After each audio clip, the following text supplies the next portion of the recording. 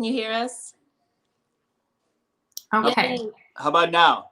We're going to go ahead and just do a quick new intro. You guys go ahead and fix your audio. I just put us back live again. So I'm just going to do a quick new intro. Make sure your live is working, your audio is working. Okay, so hey everybody, Tanya Kurth, Coldwell Banker Realty. I'm super excited to have you here today. And we are going to be talking to a pretty fabulous couple because today is our live second episode of a client's story. And today we are going to be talking to Ashley and Eric Whetstone, and we're going to hear their fabulous love story of how they came together, bringing two households under one roof. That roof is a fabulous home that I helped them find. And so we are going to be adding them in here in just one moment. But the reason why I started doing these interviews is because I believe that people's stories are really powerful and they bring value to us. They help us do better and be better people. And really everybody has a story. And then the other piece of it too is that this is where my life coaching world and my role as a real estate agent have really collided together. And the recognition that houses are not just houses. It's in our homes that we establish our values and create our traditions, and our memories are created here in our homes. And so there's a lot to be said about that, and that's why those stories are so important. And I love to hear from my clients to share their stories because they invited me into their worlds and the process of selling and buying their houses as well. So I'm just so blessed that I have clients who are willing to get in the hot seat, to talk with us and share with us their stories and really give us a glimpse into their world. So let me go ahead and introduce you to the Whetstones, Eric and Ashley. Hey there, guys. Can you hear us? Hi. You cannot hear us? Let's see if we can get audio going. You can hear us, but we can't hear you. Hear us? How about now? Okay. Can you hear us now? Yay. You hear us? Well, this is Eric and Ashley, and let's see if we can fix the audio here. How about, can you hear us now? How about now? I'm not sure how to fix it. They were live here with us just a moment ago. Let's see. Hello. Hello. Oh, it's working. It's working on our end. Guys, don't lose us here. Can you guys have your mute button on? No? No. Okay. I think we're up and running now. Okay, wonderful. So we've got you guys on, and I would love for you to share with us a little bit about yourselves. Uh-oh. How did you meet? Now we lost you. Uh-oh. Can you hear me? I'm here. You're froze up a little bit.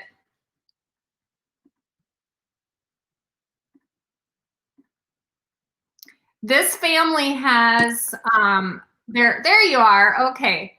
So they're gonna share with us a little bit about their story. They have a large household and everybody's under one roof right now.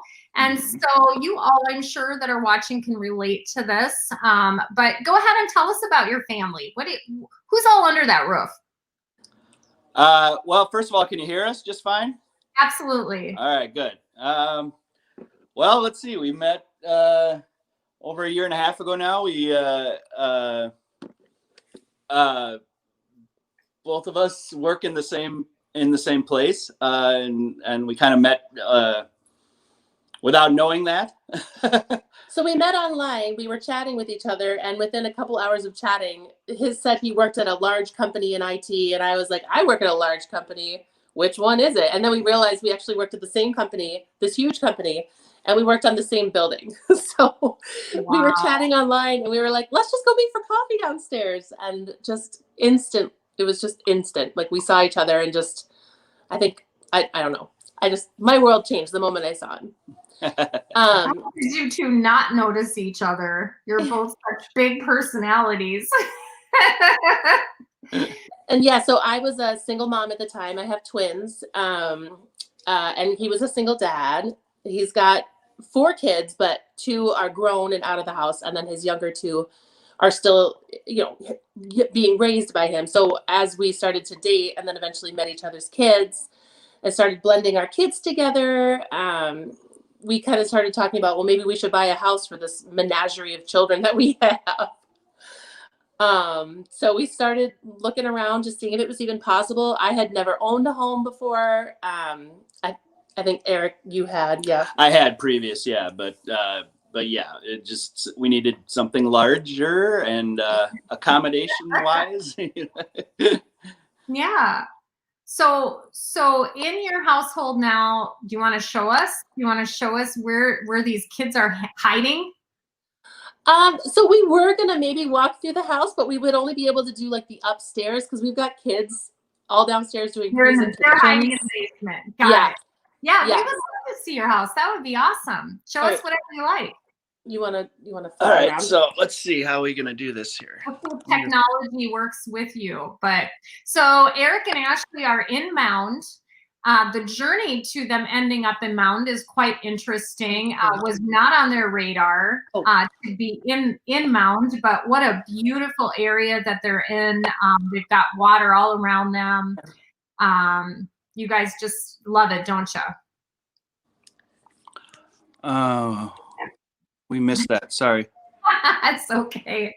It's okay. But yeah, so they moved to Mound, and they have, so I was just telling them that like that wasn't in the plans to end up in Mound, and we found a fabulous property, and you can walk over to the beach and swim, and you guys have posted so many sweet pictures of you guys enjoying that lifestyle. Yeah, I had lived in Minneapolis for years, right in the city. I lived in Northeast. I lived in Loring Park for a while. Then I lived in South, right by Lake Harriet, and Eric lived in St. Paul, right off of like University and Snelling. So we were both totally city birds, like loved being in the city. And so we were looking primarily first with Tanya to stay in the city. But as we started to look at homes and our financials and just how high demand all the houses were in the city, it made us so nervous. We were like, we're not gonna be able to financially compete with all of these offers and multiple offers on these homes that we really loved. And Tanya was really great at like, well, let's just think about this in a different way. Like, what if we could get you some more space, get you out of the city? And I was super reluctant, but I love where we wound up. I absolutely love being out here. It reminds me of where I grew up. I grew up in New York in a small town about an hour northwest of New York City. And my parents had 8 acres of land. And it was just very serene and beautiful and safe, and lots of trees and birds. And that's kind of what we have out here. Like, we have tons of birds. We had a garden this summer. We have a really nice yard, trying to make it nicer. Yeah, you guys have done so much to make that house your home for sure. And Eric, where did you grow up? I grew up a small town southeast Minnesota called Winona. For 25 years before, I left in the early 90s or mid 90s, kind of up here. And I've been up here in the cities ever since, pretty much. So. Wow. Well, I am really happy for you guys. I think that we nailed it and put your family in the right spot. And yeah, you guys have had a fun summer there, haven't you? Yeah. Yeah, we're really close to I don't know if it's the LRT bike trail or what the bike trail is called out here, but like the kids and I will hop on our bikes and drive into town on our bikes and get ice cream. Like, it was a really wonderful summer. On the way back, we pass a beach, we jump in the water with our clothes on. Like, it was just an idyllic summer out here for our first home and our first summer in Mound. It was really, considering how this summer turned out. Right? Yeah, I mean, we've obviously been home a lot. Kind of forced to be. And yeah, I don't know if that was touched on, but like, we literally, we haven't been to the office in almost a year now. And we literally, the 2 of us work from home, as well as almost always 4 children doing school from home. So it's quite a bit of homebodiness. Yeah, absolutely. Perfect time to really get into a special place that fits everybody, and you guys can enjoy it because you're spending a lot of time enjoying it. Oh yeah. So, okay, let's see that tour. Okay, we don't know how to turn the camera We're around. trying to figure out how to turn the camera around on Like this. this. Just you guys, this is an amateur video. Let's All right. Let's see. Okay. Okay. and So those floors are pristine, beautiful floors in wonderful condition. So I'm surprised they still look nice because we did get a pandemic puppy who has long nails. But I'll just kind of turn around. So we were just sitting in our living room. There's our deck door. Beautiful. There's our Christmas tree that was, I was very used to having 9-foot ceilings in Minneapolis, and our tree was a little big this year. So we wound up having to cut some of it off the bottom and the top, but she fits right in the corner. And I'll just turn around. This is our avocado wall that we painted that I love this color. Just beautiful. Really energetic and fun. There's my big piano that almost couldn't come up the stairs when we moved in. Oh, I bet. Wow. So we'll kind of turn around now and walk towards the dining room and the kitchen, which is all kind of one space. Let's see if I can turn around here. We love our chalkboard wall. I remember you getting so excited when you saw that when we showed the house. Yes, so we write love notes to each other. The kids doodle on there. We tried using it for like a COVID schedule, but that really didn't go well. The kids were like, I don't want to go outside at 10 o'clock. Like,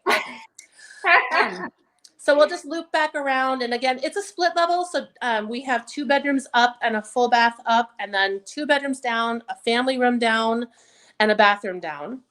That's cute. Into the hallway. We just painted our bathroom in here. Let's see if I can you get in there? Yeah. Oh, there we go. So here's our bathroom. Okay. We just did some cosmetic stuff in here just recently. Is that kind of a spa color, like a real light coral, or it's just kind of a neutrally gray, and then we're gonna paint the ceiling like a super, super dark green. Okay. Almost like the color of our bedroom. So this is our bedroom in here. Let's see if I can. Wow. So yeah, we painted this room really nice and dark, and so that's probably the color we'll do in our bathroom ceiling, just for something fun. It's so nice when you buy a home to just make it your own. You know, obviously when you sell a house, you don't do bold colors, you go neutral. And so when you move in, you get the opportunity to really let your personality shine through. That's awesome. Yeah, I mean, if we ever decide to sell the house, which we're not planning to, but if we were, we'd have to paint everything gray, I'm sure. Again. Well, it probably won't be gray anymore by that point. It'll be something else. So then there's another bedroom here, but our youngest daughter is in there learning, so we're gonna leave her alone. Okay. But then just downstairs, we're not going to go down there because we got kids that are trying to do presentations and stuff. But downstairs is a family room, which we spend a ton of time in. Lovely family room. Yeah. Yeah, lots of natural light down there. You guys, this is great to see. I'm so happy for you. Yeah, we love it. And we love where we are. It turned out great. So. That's awesome. Well, good. Congratulations. So, okay, should we sit back down then?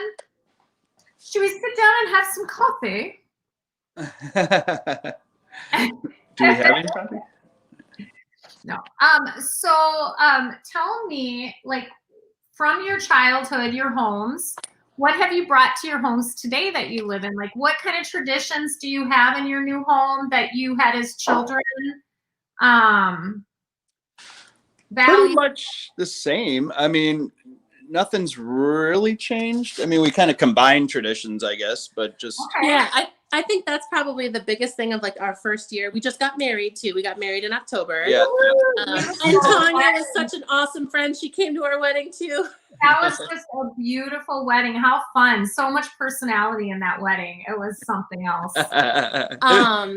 But yeah, I think that mostly what we're doing is kind of like blending like his traditions with his kids, my traditions with my kids, like trying to like blend them together and come up with our own. I mean, it's a totally different thing to have raised my kids, you know, for a decade, and he's raised his girls, and we have our own established habits and traditions, and then bringing that together. And, Absolutely. And so this is the house where all that has kind of come together and you've figured out how to mesh all of that. And For sure.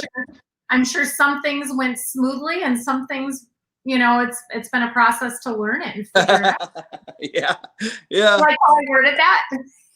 Yeah, and there's bourbon and love to cover the rest. Oh, famous You just got to line. figure out that she's always right, and Shut up. that's all there is to it.